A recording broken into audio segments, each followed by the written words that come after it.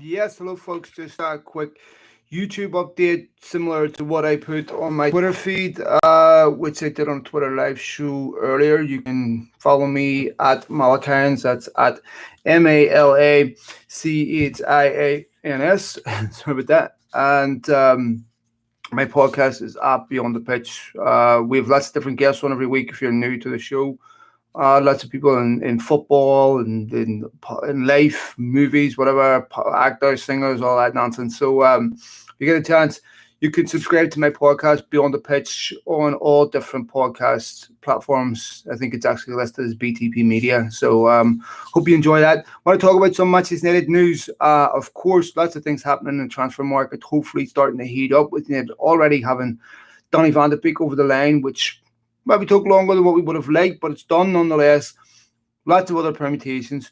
I think one of the things that's pleasing to me right now at the moment with United is there seems to be a sensible strategy about the signings. No longer are we've heard Mourinho in past talk about this, Van Gaal, whatever, asking for a right back and getting a plumber, right? You know, asking for players that you weren't getting, and Mourinho, I remember having a jab about this with Jurgen Klopp, saying, you know, when Jurgen Klopp asks for a right back, he gets a right back, which is not something that United fans welcome to people joining me live. For those joining me live, as I was just saying at the start, this is just very basically a duplicate of what I put on my Twitter live, and I'll be using YouTube live a lot more now. Some of the things I was talking about in that Twitter live was the De Gea Henderson permutation, which is really, really odd to me because basically United are allocating about £500,000 a week to goalkeepers and wages, which is an astronomical amount of money. And you're wondering, well, let's say De Gea keeps the number one shirt. You would imagine Dean Henderson, with the Euros coming up next season, will want to leave, most likely in January. It's not a tenable situation for Dean Henderson to be on the bench. I imagine Solskjaer has said to him, you will not start as number one. You will start as number two. You have to take the shirt off David De Gea. Big challenge. For the first time, really, since De Gea has been at Manchester United, he's going to have this challenge from a really quality second goalkeeper. But if you really go through world football, rarely does the number one have a challenge from a quality number two that puts him under that type of pressure. So this is going to be new. If Dean Henderson gets the number one shirt, David De Gea is going to be a goalkeeper at the end of the season on £350,000 a week on the bench. And you say to yourself, well, £350,000 a week on the bench, he's going to be hard to shift next season on that type of money if he doesn't start as number one. So that is a very, very risky strategy for Manchester United. And it's going to be really interesting to see how this plays out. I was talking to Franz Hoek on one of the earlier podcasts that he was, of course, the coach at United, Barcelona, Bayern Munich, Ajax, Holland, Cruyff bought him. They brought him to Ajax. He could have went to Barcelona with Cruyff. This, again, loads of stuff. And he was also commenting on Dean Henderson's delivery, which was really, Paul, how's it going, mate? Welcome to People Joining Live. He was also talking about Dean Henderson's delivery, which still has some work to do. And he was saying, Dean Henderson knocks a lot of balls long. So that's something Solskjaer's going to have to work on.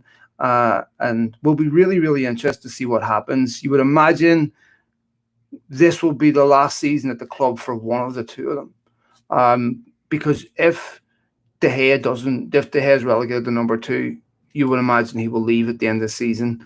And if Dean Henderson can't take that shirt off De Gea, you would imagine he would go. Solskjaer is also interesting because if Solskjaer, let's say he gets the players that he asked for this summer. Now, I don't think we can say Solskjaer's playing with house money anymore. I think we have to say at that point that he's been given enough. He's had enough windows. We in the beginning, we talked about these are the windows. We would have to get, this would be the window where we could really judge him. We need, 3 or 4, 6 really if you count 2 a season. And so he's had enough where if he doesn't get the players that he wants this summer, then he has to come out and say that and blame the recruitment, because there's no question the recruitment was the reason why United for the first half of last season were completely ill-equipped to deal with the demands of the season. And we've seen that Pogba and Fernandes is crucial to how United play. If Pogba and Fernandes, we started the season last season with just Paul Pogba, which is unbelievable to me, because even if he stays fit for the whole season, which he rarely does, you would have to rest him. We didn't have the quality when Pogba came out to continue to play it that way. So no question, United were left short last season, entirely predictable. Once Solskjaer was given the players that he needed, he has been the most successful manager in the league since January. That is very, very impressive. So next season, I think for Solskjaer, what would constitute success? He has to win a trophy for me. I think he has to at least advance out the group stages in the Champions League. And to me, maybe he doesn't have to win the league, but he has to be within 10 points of the leaders. Especially if he gets Sancho and if he gets a centre-back that he wants, hi James, he will, to me, he needs to win a trophy next season. The encouraging things is the scouting department seems to be coherent. We seem to have a strategy. We seem to be targeting sensible players. In the past, you would see United have a weakness and maybe take 2-3 seasons to address it. Now United are having a weakness, quickly addressing it, and looking at the type of player United should have been looking at. Last season, we were talking about Sean Longstaff, right? Being linked with Sean Longstaff for 50 million, which is unbelievable. And yet, go out and sign Van de Beek for 35-40 million euros. It's also a reflection, of course, the madness that we see in England in terms of prices, which for Sean Longstaff wasn't one that got me excited. And it didn't prove over the course of the season that he was Man United quality either. In the end, he was upstaged by his brother. So we finally feel like this is a United team that has an identity, and we buy players based on the system that we want to play, which is encouraging. The other thing that is being completely demolished is this idea that Solskjaer only wants to buy British players. I know he primarily focused on that last summer, but Van de Beek and Fernandes, we for most of last season, United had a midfield of Fred, McTominay and Andreas Pereira. Now we're going into a season with Pogba, Fernandes and Van de Beek. It's a whole different world, on top of which you've now got Mason Greenwood's goals, which we didn't have at the start of last season. We also have the form of Anthony Martial, which didn't have a start of last season. So much more to be positive about. What is also interesting is Jan Fjortoft talking about Thiago.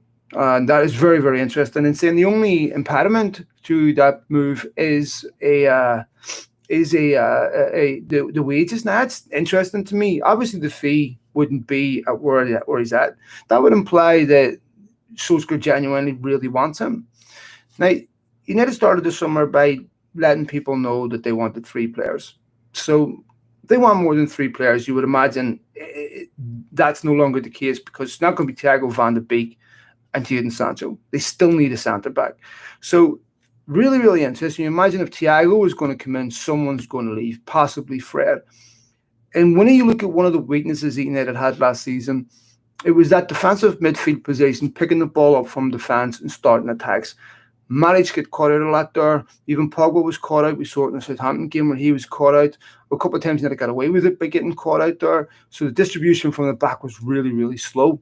So it could be that they put Thiago in that defensive midfield position as sort of a defensive playmaker to pick up from the back and start attacks. I think that would be perfect. Possibly Van de Beek playing a deeper role. But from again, when I talked to Frans Hoek, his best position is much more advanced. Solskjaer also said that he was going to focus on creativity. Thiago and Van de Beek would certainly tick that box. So we've got a young 23-year-old midfielder for 15 million less than what Sean Longstaff was being quoted, and possibly David Brooks at 40 million, who is a bright young talent, but spent most of the season injured. I'm not one of these people that pines for Jack Grealish. I think Jack Grealish is a very, very good player. But there was a very important stat, and I think Souness was one of the first ones to bring it up, that said Jack Grealish was the most tackled player in the Premier League, which suggests he gets caught in possession a lot. United have a game where they need to move the ball quickly. You saw it towards the end of last season when they were running out of steam a bit, when they were struggling to break teams down, struggling to win games, struggling to create. Then in the Crystal Palace game, they have some quick movement, move a ball quickly, score. Right? this is a team that needs to do that. That needs to move the ball quickly to create. Because once teams are sitting deep against United now and they're getting set, so it's hard to open them up. This is why these quality creative players are really, really important. Players that have individual ability to beat a player, to create something out of nothing. That is very important when you've got teams that are now sitting deep against United. That also creates a problem for Dan James, because to get the best out of Dan James, you need space in behind. He's not great in front of the back four. He's still a young player, so there's lots of development in him, both physically and technically.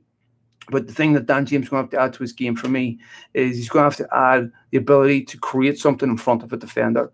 Other encouraging sign is young Dylan Levitt played for Wales tonight.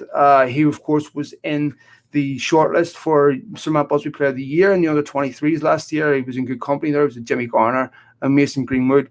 Ryan Giggs rates Dylan Levitt very, very highly. So we could see him playing next season. I'm sure we'll see Dylan Levitt playing in the League Cup next season, possibly Arnaud Pajmal.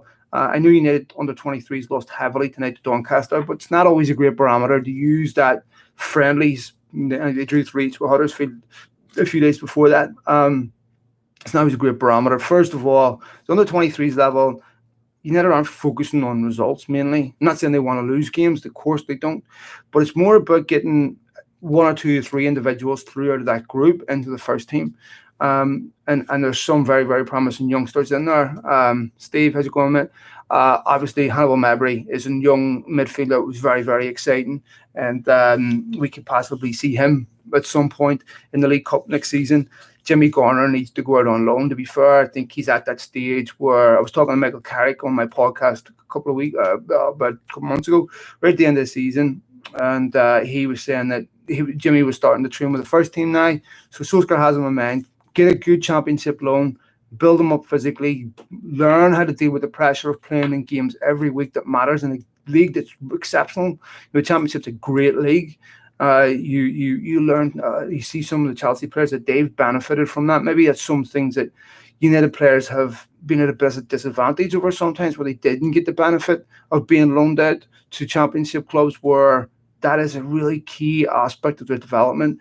So it'll be interesting to see if Jimmy Garner goes out on loan. Also be interesting to see how Tahith Jong does at Werder Bremen. He needed a loan too.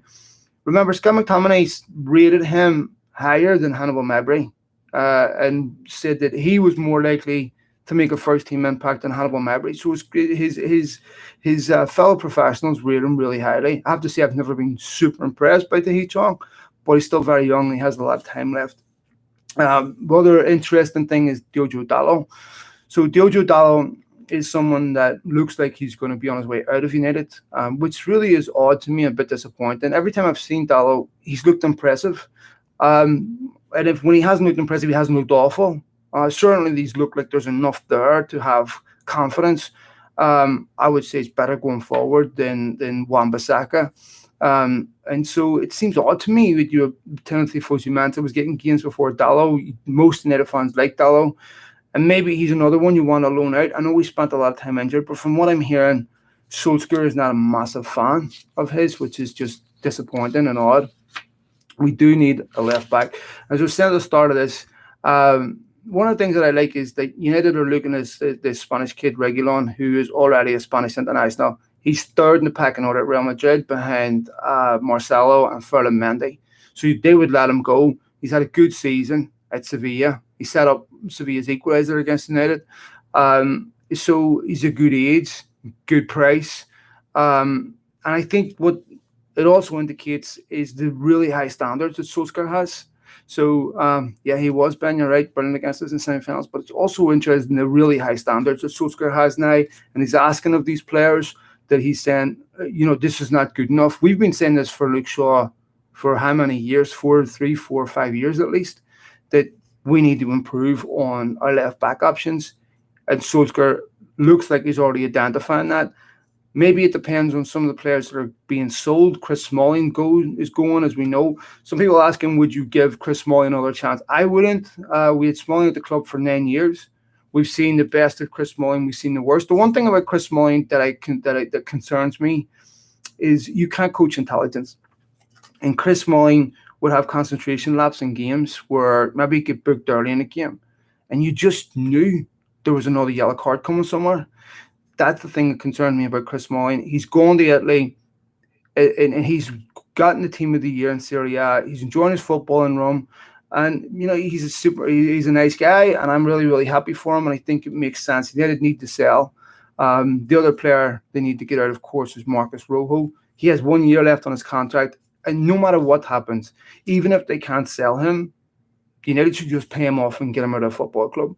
Marcos Rojo does not need to be at Old Trafford. You compare that with his compatriot Sergio Romero, who has been an absolute credit to this football club, come in being consistently one of the best reserve goalkeepers in the league. We've never heard of him being involved in any incidents. He's never complained. He's never let the club down. He will leave the club for a profit. And I've also been told that Bielsa wants him at Leeds, so I don't think he's going to be short of takers. And I would love to see him go somewhere and get a starting role somewhere in the Premier League team. He deserves it. We'll leave this football club with the utmost respect of United fans. So, folks, if you get a chance, like I said, I put my my stuff up on Twitter all the time. At Malakans, we're going to start using YouTube more. We used to use it a lot of BTP, where I haven't used it in a long time. This is going to be a platform we're going to use a lot more. So please subscribe to our YouTube channel. We're going to have more interviews up here, a lot more content. So some of the shorter stuff, some of the shorter interviews we're going to have up here, some of the Zoom interviews we're going to put up here. So I appreciate everything. I appreciate all the follows, everything. Martin will be back soon. Martin started a new job. So probably going to record something with Martin next week. We have a long weekend here in United States, so we're off Monday, so it's very possible we'll record something with Martin next week, but he's just been off on a new job, so we expect to have him back here very, very soon. So but I'd say, folks, lots of stuff coming up. I've got a good couple of guests lined up that I'm looking forward to. I'll have Jan Toft on to talk about what he knows with Thiago and a couple of other situations, because he's quite close with Solskjaer, and he's always quite good and quite revealing with everything. So I'll have Graham Hunter on. We're going to talk. We'll also mention Reguilon. We'll talk about the Messi situation, if he's going to go to City or not, and a few other things, and lots of other stuff lined up in the coming weeks. So, folks, thank you so much. Thanks for all the downloads, likes, retweets, follows, everything. Very, very much appreciated. And don't forget, give me a follow on Twitter at Malakans, and I'll put it in the box below. Cheers, folks. See ya.